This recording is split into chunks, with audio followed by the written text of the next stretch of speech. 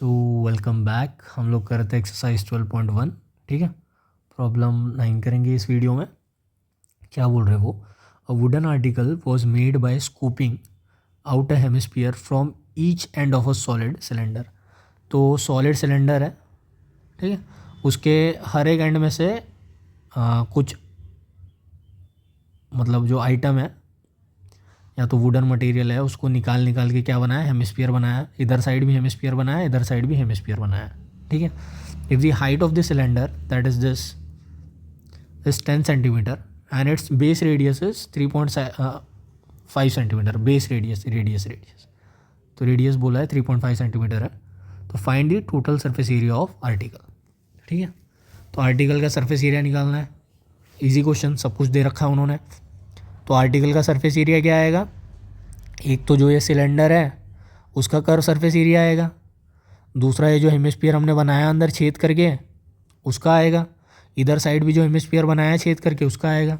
तो जो दो हेमिस्फीयर है उनका सरफेस एरिया और सिलेंडर का कर्व सरफेस एरिया, तो total surface area of article will be equal to curve surface area of cylinder plus 2 times curve surface area of hemisphere. Clear है? तो यहाँ से अगर मैं सिलेंडर की बात करूँ, सिलेंडर का रेडियस कितना है? 3.5 सेंटीमीटर। सिलेंडर की हाइट कितनी है? 10 सेंटीमीटर। अगर मैं हेमिस्फीयर की बात करूँ, हेमिस्फीयर का रेडियस को अगर मैं r' मान लूँ तो हेमिस्फीयर का रेडियस और सिलेंडर का रेडियस दोनों बराबर है। ठीक है, क्योंकि क्लियरली दिख रहा है यहाँ पे उन्होंने बेस से काट के बनाया हेमिस्फीयर, तो r' और r दोनों बराबर आएंगे और दोनों की वैल्यू आएगी 3.5 सेंटीमीटर के बराबर। ठीक है, सिलेंडर का रेडियस और हाइट पता चल गई, हेमिस्फीयर का रेडियस पता चल गया। Curve surface area of cylinder क्या होता है? 2πRh, मतलब 2π into radius of cylinder plus height of radius of cylinder into height of cylinder plus 2 times curve surface area of hemisphere क्या होता है? ये होता है हाफ इंटू 4πr², मतलब r' क्योंकि यहाँ पे रेडियस r' है हेमिस्फीयर का। ठीक है, तो ये हो गया 2πRh प्लस 2 कैंसिल, तो ये हो गया 4πr' और r की वैल्यू बराबर है तो इट इज़ 4πr²। क्लियर है? सब कुछ दिया हुआ है, r पता है, h पता है। 2π r अगर मैं कॉमन ले लूँ तो यहाँ बचेगा h, यहाँ क्या बचेगा? यहाँ बचेगा 2r। ठीक है, क्योंकि 2πr इंटू एच करूँगा तो 2πRh आएगा, 2πr इंटू 2r करूँगा तो 4πr² आएगा। तो ये हो गया 2 पाई की वैल्यू हो गई 22/7। r की क्या वैल्यू हो गई? r हो गई 3.5, h हो गया हमारा 10 और 2 इंटू आर मतलब 2 इंटू 3.5। क्लियर है?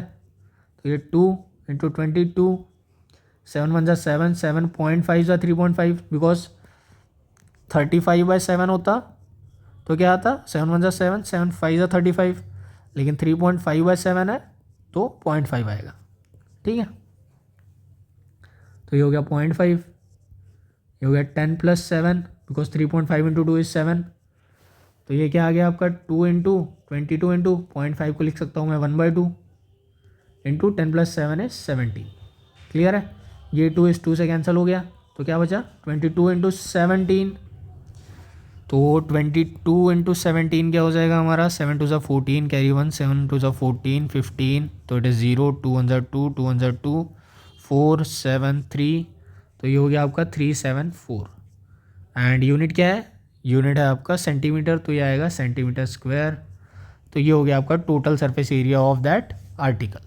ठीक है, तो इस आर्टिकल का टोटल सरफेस एरिया है आपका 374 सेंटीमीटर स्क्वायर। तो सॉलिड सिलेंडर में से, सॉलिड जो वुडन सिलेंडर था उसमें से ऊपर नीचे से अगर आप हेमिस्फीयर काट देंगे, ठीक है, तो आपका जो सरफेस एरिया आएगा 374 सेंटीमीटर स्क्वायर के बराबर आएगा। ठीक है, जिसकी हाइट और रेडियस ये होंगी। तो आई होप इस एक्सरसाइज के थ्रू आपको क्लियर हुआ होगा कि अगर आपको बेसिक जो शेप्स है उनका सरफेस एरिया पता है तो आप किसी भी कॉम्प्लिकेटेड शेप का सरफेस एरिया कैसे निकाल सकते हैं। ठीक है. So that's it and thanks for watching.